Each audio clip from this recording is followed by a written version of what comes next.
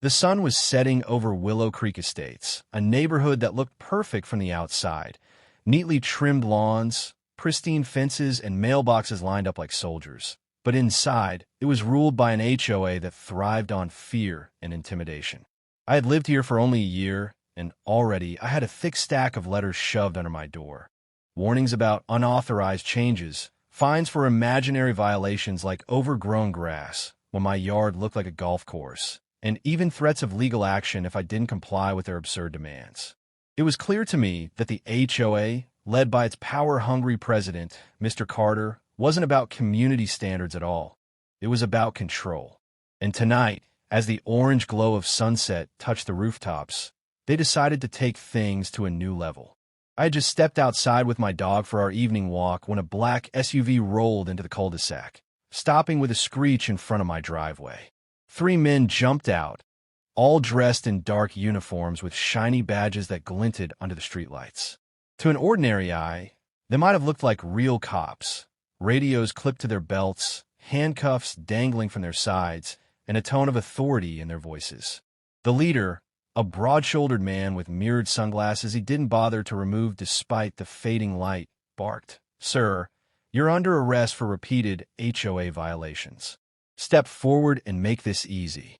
My heart didn't skip a beat. I'd been around enough real officers in my life to know the difference. Their movements were sloppy, their equipment mismatched, and their holsters were carrying props you'd expect to find at a Halloween store, not a police department. Still, neighbors were already peeking through blinds and curtains, gasping as if they were witnessing a real arrest. I caught sight of Mrs. Reynolds from across the street, her hands covering her mouth, her eyes wide with fear. Then I noticed Mr. Carter, standing smugly at the corner, arms crossed, watching the scene like a director enjoying the climax of his play. It was obvious he had arranged this little show, thinking he could scare me into submission with a bunch of imposters. I folded my arms calmly, letting them come closer, and asked, "And what exactly am I being arrested for?" The leader didn't hesitate. "For failure to comply with HOA directives, sir. We can do this the easy way or the hard way." His words were rehearsed, like he'd been waiting all day to say them, but they carried no real authority. I smirked, because while they thought they were predators circling their prey, I knew the truth. They had walked into the den of a lion. I wasn't just another resident of Willow Creek Estates. I was Chief Daniels, the chief of police for the entire county, a man who had commanded SWAT teams, dismantled crime rings, and stood toe-to-toe with real criminals. And here they were, 3 clowns in borrowed uniforms, trying to slap fake cuffs on me. My dog growled low, sensing the tension as one of the men reached forward, his cheap handcuffs rattling. I kept my composure, letting them inch closer because this wasn't just about me. It was about every neighbor who had been bullied, every family forced to pay outrageous fines, and every resident who felt powerless under the HOA's thumb. If I exposed them properly, this could be the turning point. Behind me, I could feel the entire neighborhood holding its breath, waiting to see if I would be dragged away like a criminal. But I wasn't the one about to be exposed. No, tonight, the HOA was going to regret ever underestimating me. The moment one of the imposters reached for my wrist, I let my patience end. My voice thundered with the authority that had commanded officers in real-life standoffs, and I barked, "Hands off me now." The sudden shift in tone froze them in place, their fake bravado crumbling like a sandcastle hit by a wave. The leader stammered, "Who the hell do you think you are?" But before he could finish, I pulled out my wallet, flipped it open with a snap, and held my badge inches from his face, letting the streetlight catch the gleam of the real seal that no counterfeit could imitate. "I'm Chief Daniels, chief of police for this county," I said, my voice low but powerful, the kind of voice that made criminals second-guess their next move. A hush fell over the cul-de-sac.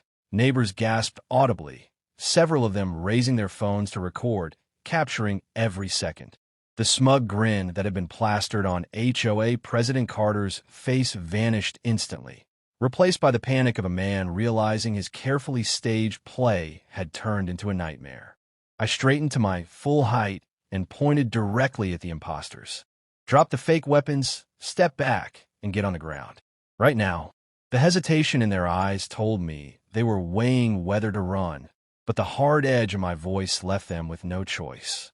I pressed my radio and called out, "Dispatch, this is Chief Daniels. I have 3 impersonators in custody at Willow Creek Estates. Send backup immediately." My words echoed like a death sentence, and within minutes, the distant wail of sirens filled the neighborhood. Red and blue lights washed over the pristine houses as real squad cars swarmed into the cul-de-sac.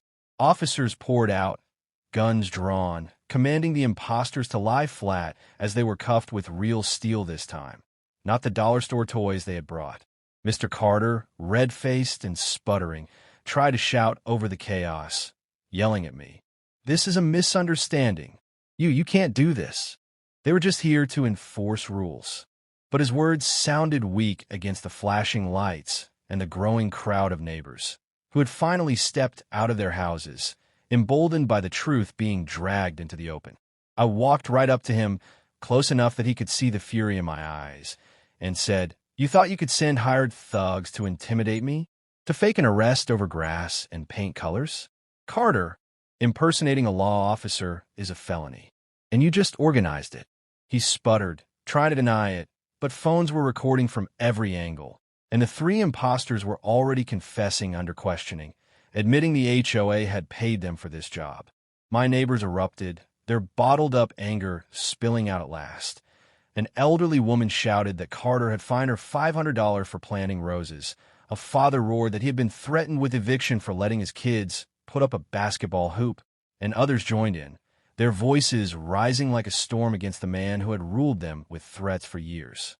When my officers finally hauled Carter away in handcuffs, the cheers were deafening, echoing through the gated community that had once felt like a prison. That night marked the end of the HOA's iron grip. Investigations revealed years of extortion and fraud, and within months, Willow Creek Estates HOA was dissolved permanently, replaced by a simple neighborhood committee that treated residents like human beings, not criminals. As I walked back into my home, my loyal dog at my side, I gave him a pat on the head and whispered, "Good boy, we got them." The nightmare was finally over, justice had been served, and the so-called rulers of Willow Creek learned a hard lesson. When you play cops, you better make sure the real chief isn't the one you're trying to arrest.